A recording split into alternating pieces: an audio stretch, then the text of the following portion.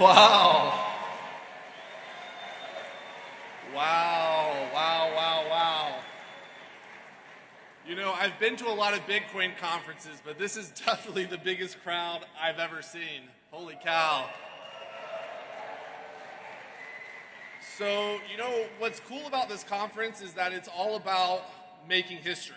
So, you know, we're making history because this is the biggest Bitcoin conference we've ever done. We're expecting 35,000 people to be here today.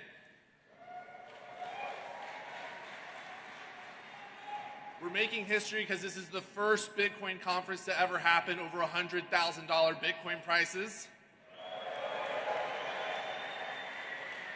You know, a year ago in Nashville, we made history when we had candidate Donald J. Trump come and address this crowd.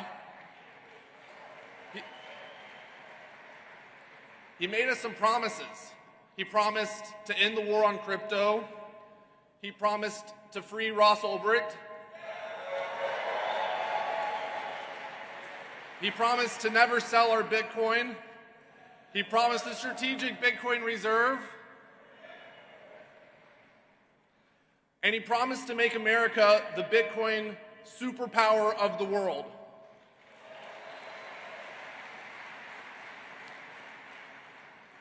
In 100 days, promises made, promises kept. And today we get to make a little bit of history this morning by having the first ever sitting Vice President of the United States of America address the global Bitcoin community.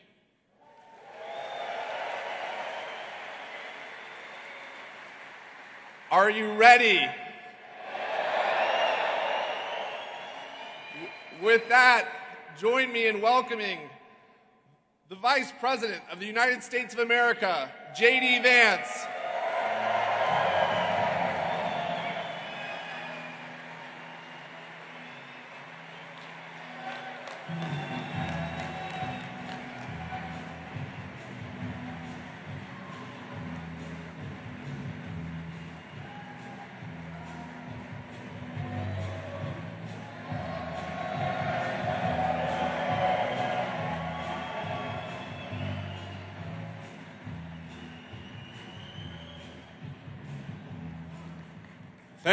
Thank you all.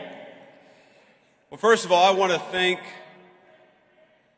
please, thank you guys. Take your seats. And, you know, the Secret Service is a little bit nervous because I told them these Bitcoin guys really like guns. But they really like the President and Vice President of the United States, too, so I think we're doing okay.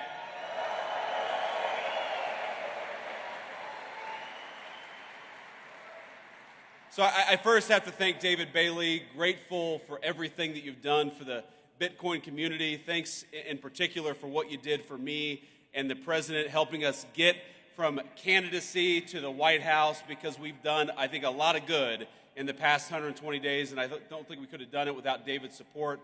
I want to also thank the Winklevoss brothers, Tyler and Cameron. These guys are out here somewhere.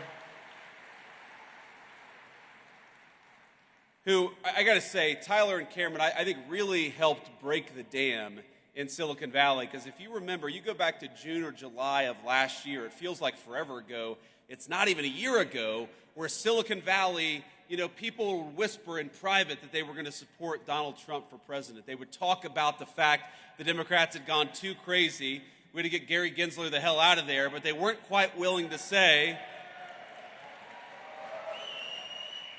But they weren't quite willing to say, at least not publicly, that they were going to take the big step and support Donald J. Trump. And Cameron and Tyler Winklevoss, I think they were some of the first big names in Silicon Valley to take that step, and a whole host of people followed them. So Cameron and Tyler, thank you for that.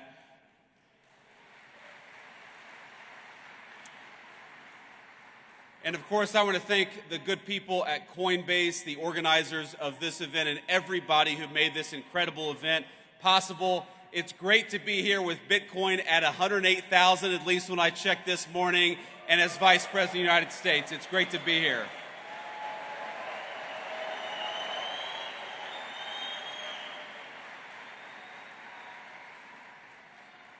Now, you guys know I get to meet a lot of exciting people in my job, but it's been quite a while since I've been to a conference with this level of energy. I mean, hell, you guys came out here at 9 a.m. after a long night, I'm sure, in Las Vegas. You can't do that without a lot of good energy. But I promise I'm not just saying that to juice my own meme coins. But I think it's wrong, actually, to call this just a conference. This isn't a conference of people. This is a movement, and I'm proud to stand with you here today.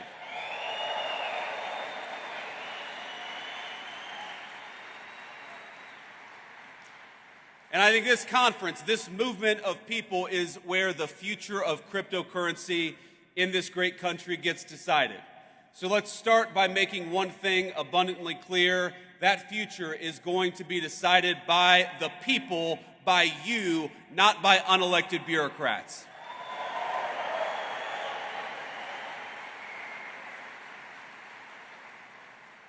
Now, as you all probably know, you've got a star-studded lineup here today, including several of my colleagues in the Trump administration. David, Bo, Hester, I know you're all out there. It's great to be among so many friends and allies. So, I want to speak for just a few minutes about a few things, and I want to talk a little bit about what we've done in the Trump administration. I want to give you a rundown of what this administration is doing on digital assets policy. But I also want to talk about some of the principles that help guide us as we develop this policy. But before that, I want to speak about why I'm personally optimistic about crypto and what it means for the American people. Now, people ask me why I tend to be bullish on the future of innovation in this country.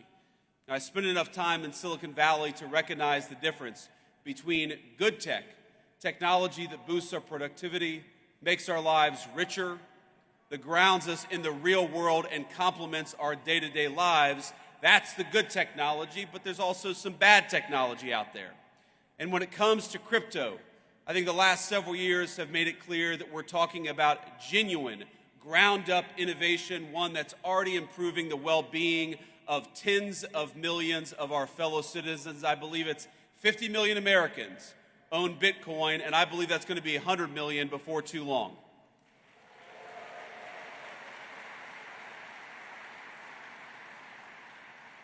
But it's not just about Bitcoin and about the value that's been generated, the wealth that's been generated by so many millions of our fellow citizens. Through decentralized finance, crypto has transformed how Americans transact with one another. It's expanded access to banking for many who may not otherwise have had it. And every single day, I feel like I see some groundbreaking new use of blockchain tech, whether it's in supply chain management, whether it's in hospitals, or whether it's in changing how we track and store patients' private health records. But for each of these new forward-looking applications, I also feel like there's an incredibly conservative element to crypto technology, and that's as a hedge. Crypto is a hedge against bad policymaking from Washington, no matter what party is in control. It's a hedge against skyrocketing inflation, which has eroded the real savings rate of Americans over the last 4 years. And as you all know well, it's a hedge against a private sector that's increasingly willing to discriminate against consumers on the basis of their basic beliefs, including their politics.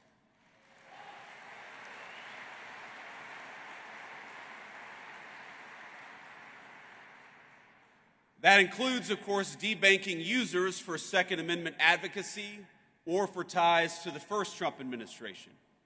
In Canada, the government did the same to kill those big truck driver protests in 2022. Less than a week later, they succeeded. The protests were over. But maybe most importantly, I see crypto as a hedge against one of the most dangerous trends in the digital era in both the public and private sectors. And that's of elites who, rather than innovate themselves, prefer to simply take over and co-opt cutting-edge technologies to assert their control over other people.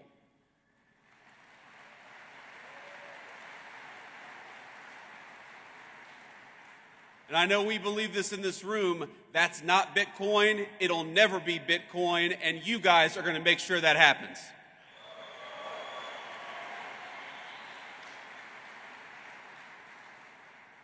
But as you know, there's a new sheriff in town because after 4 years of mistreatment and outright hostility led by Democrat regulators, lawmakers in this country have a choice. Will we lead our nation into a future of financial sovereignty, of innovation, and of prosperity, or will we let unelected bureaucrats and foreign competitors write the rules for us? And I'm here today to say loud and clear, with President Trump, crypto finally has a champion and an ally in the White House.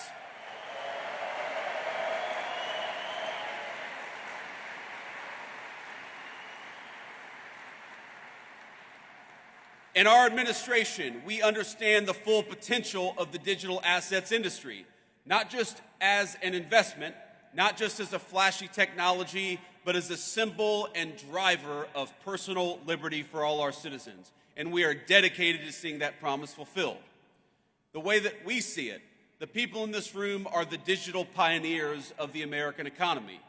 And that's why our administration is doing something a little unusual in Washington. We're listening to all of you as you blaze the trail of innovation. The innovators in this room are making people's lives better. You're pushing boundaries and solving problems, injecting unprecedented transparency into how we do commerce. And the way we see it, you all deserve a similar level of transparency and clarity. And most of all, you deserve respect and support from your government, not bureaucrats trying to tear you down.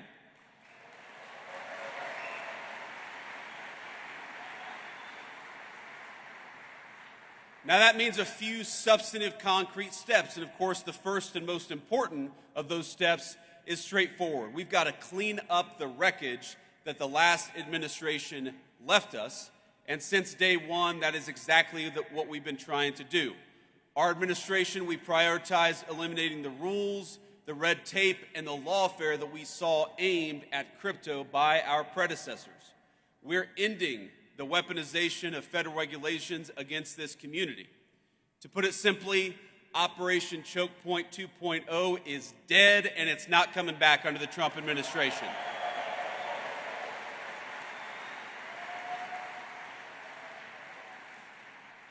And by the way, it's crazy that was ever even controversial, the idea of using the regulatory power of the government to crush an industry and to crush people who espoused a view that you didn't like. It's crazy, but let my words today serve as Operation Choke Point. Let me serve as its obituary. Now this is my vow to every single person here. You will never see this administration trying to handicap your community or diminish the impact it's had on the economy. Instead, we reject the Biden administration's legacy of death by 1,000 enforcement actions. We reject regulators. Maybe the most important thing that we did for this community, we reject regulators and we fired Gary Gensler, and we're going to fire everybody like him.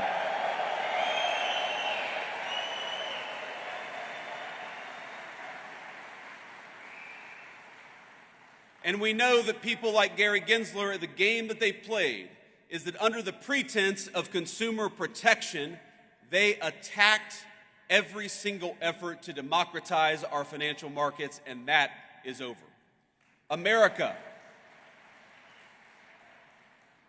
I grew up in a working class family. I believe that America is a place where anyone should be able to make a fortune, no matter where you grew up, what degree you may or may not have. And in recent years, I'm hard-pressed to think of a better place to do so than right here in the digital assets industry. Now, our second substantive step is we're trying to create a clear, pro-growth legal framework for stablecoins in this country. And I know we've got some solid allies in Congress. Is Cynthia Loomis out there today, or did she already go home? Well, you know, I was supposed to have dinner last night with Cynthia Loomis. We had a little event yesterday, and I looked around, I said, where the hell is Cynthia Loomis? And somebody said, well, she's got a dinner she had to go to. And I said, I'm the vice president. Unless she's having dinner with the president, Cynthia does not have an excuse to skip this event. But we love Cynthia, and I know that she's one of the great advocates for your industry in the United States Congress.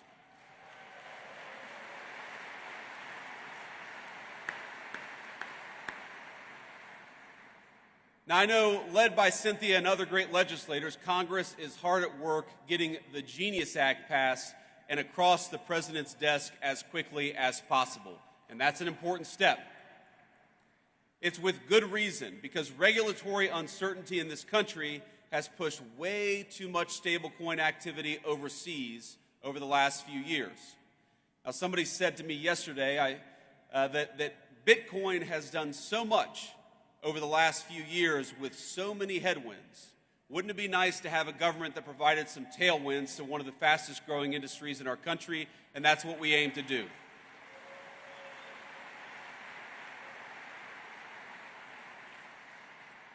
And once the Genius Act is enacted, it's poised to vastly expand the use of stablecoins as a digital payment system for millions of our fellow Americans. It'll also protect coin holders and inject further transparency into the market. And let me be emphatic on one other point. In this administration, we do not think that stablecoins threaten the integrity of the United States dollar. Quite the opposite.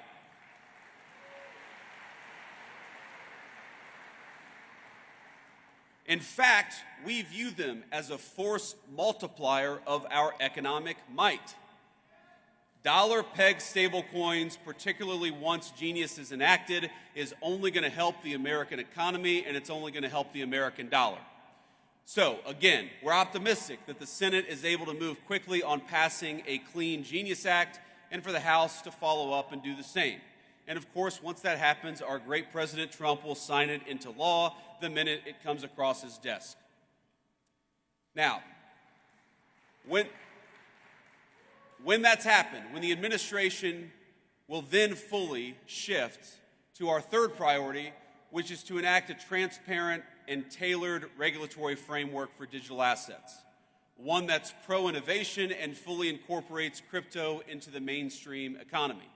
And again, I've talked to so many of you over the last couple of days, and the consistent fear that I hear with all the great things that have happened over the last couple of months, the consistent fear that I hear is that there's still this perception that digital assets are not welcome in the mainstream economy. And let me promise you that our effort to change the policy is purely about changing that. We want our fellow Americans to know that crypto and digital assets, and particularly Bitcoin, are part of the mainstream economy and are here to stay.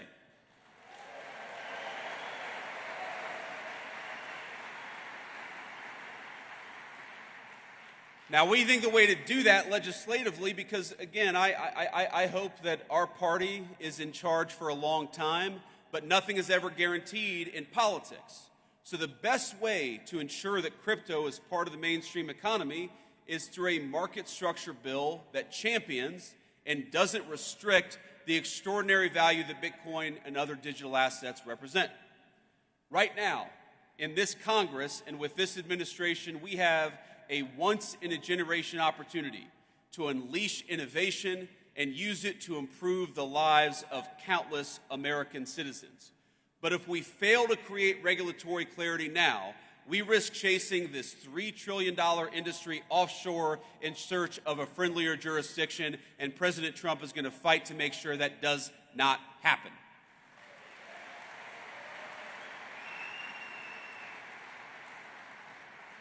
Think about this. By locking in smart, pro-innovation rules of the road, we can also make sure that Democrats or anybody else never wage another war on the crypto community.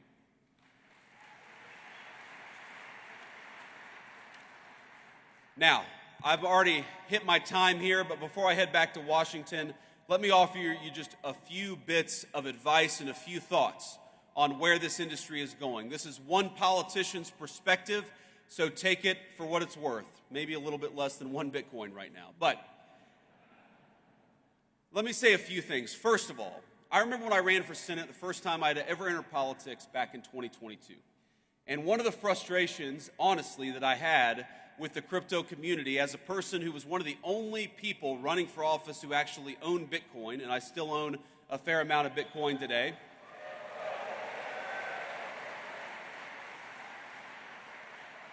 Think about this. This is during that campaign. That's 2021 and 2022. This feels like an eternity ago, but it was only 4 years ago, is that I recognized what so many advocates of Bitcoin recognize, which is what the Biden administration was doing, what Gary Gensler was doing was a disaster, and yet there didn't seem to be any real organization pushing back against it at the political level. And let me say that part of the reason that I'm standing here, part of the reason that Bernie Moreno defeated Sherrod Brown in the Senate campaign last year is because you guys got organized and got involved in American politics, and I'm grateful to you for that. But there's a lesson to take from that experience, which is that unless you guys get involved in politics, politics is going to ignore this industry. Now, you took a big step in 2024, and I tell you, every victory that we win, it's only a provisional victory. You know, one of my great mentors in Silicon Valley always told me that, Bitcoin, that the crypto community was about exit and artificial intelligence was about voice. Well, I know that a lot of people in 2024 in this community chose voice. You chose to speak up and you chose to get involved, and I believe you changed the direct trajectory of our country because of it. But you got to keep on choosing voice. Bitcoin, of course, people call it digital gold. But while Bitcoin is digital, none of you are. None of us are. What happens in the world of politics, what happens in the world of bureaucracy, it will affect even the most transformational and valuable technologies if we don't make the right decisions. So the first piece of advice, the first thing that I'd ask you is to take the momentum of your political involvement in 2024 and carry it forward to 2026 and beyond. Don't ignore politics, because I guarantee you, my friends, politics is not going to ignore this community, not now and not in the future.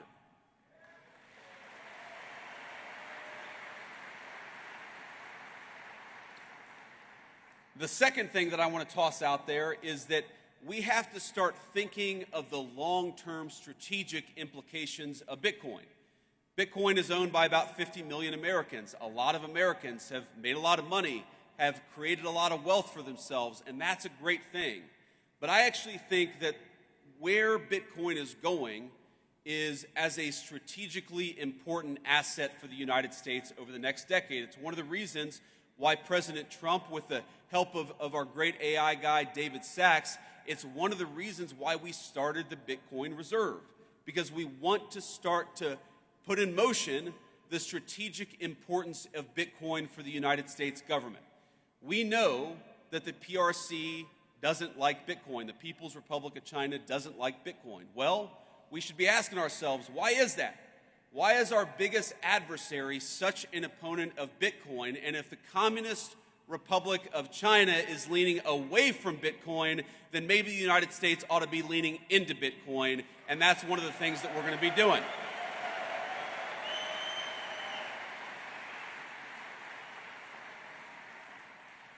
But that's not a vice president standing up here and talking at you. The way that Bitcoin is involved in the strategic future of our country, that's got to be a two-way conversation. And so when I talk about getting involved in politics, one of the things that you guys got to do is continue to give us feedback and continue to tell us the ways in which Bitcoin can play a positive role in the strategic future of this country. I know the Bitcoin Policy Institute is working on this very topic now, but all of you have got to be involved in this conversation, because I don't think any of us want to wake up in a country 10 years from now that is less wealthy and less prosperous because we made bad decisions today. We're going to make the right decisions, but that depends on you guys being part of the conversation. So be part of that conversation. And here's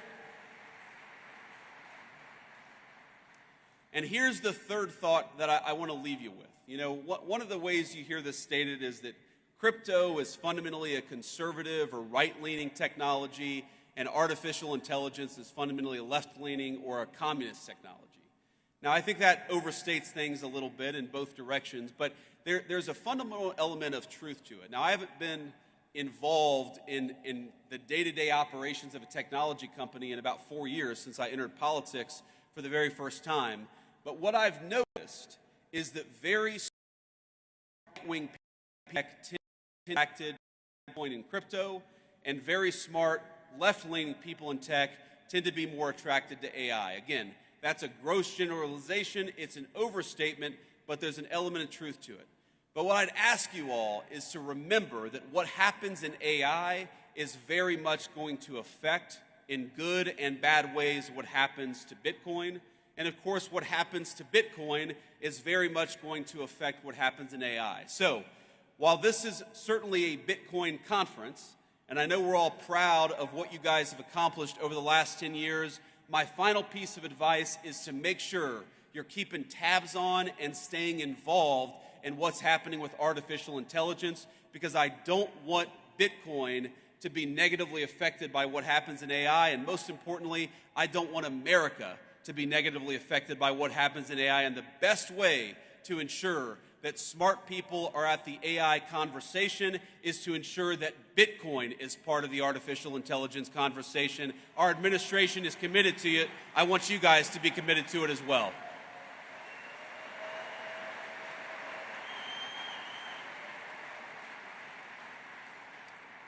I just want to say in the next few years in the Trump administration, we've accomplished a lot, but we have plans to continue to make big progress for this industry and for the American people who rely on it.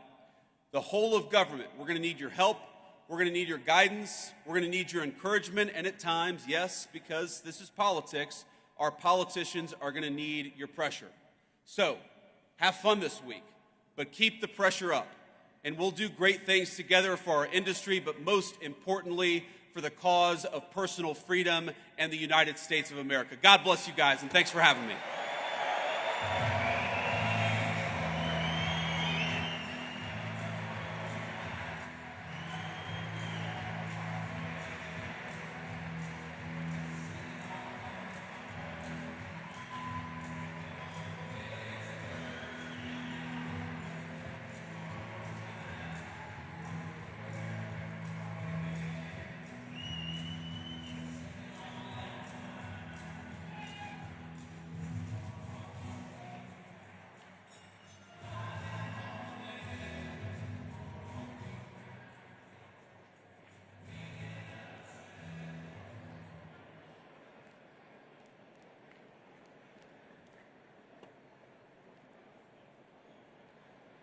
Wow.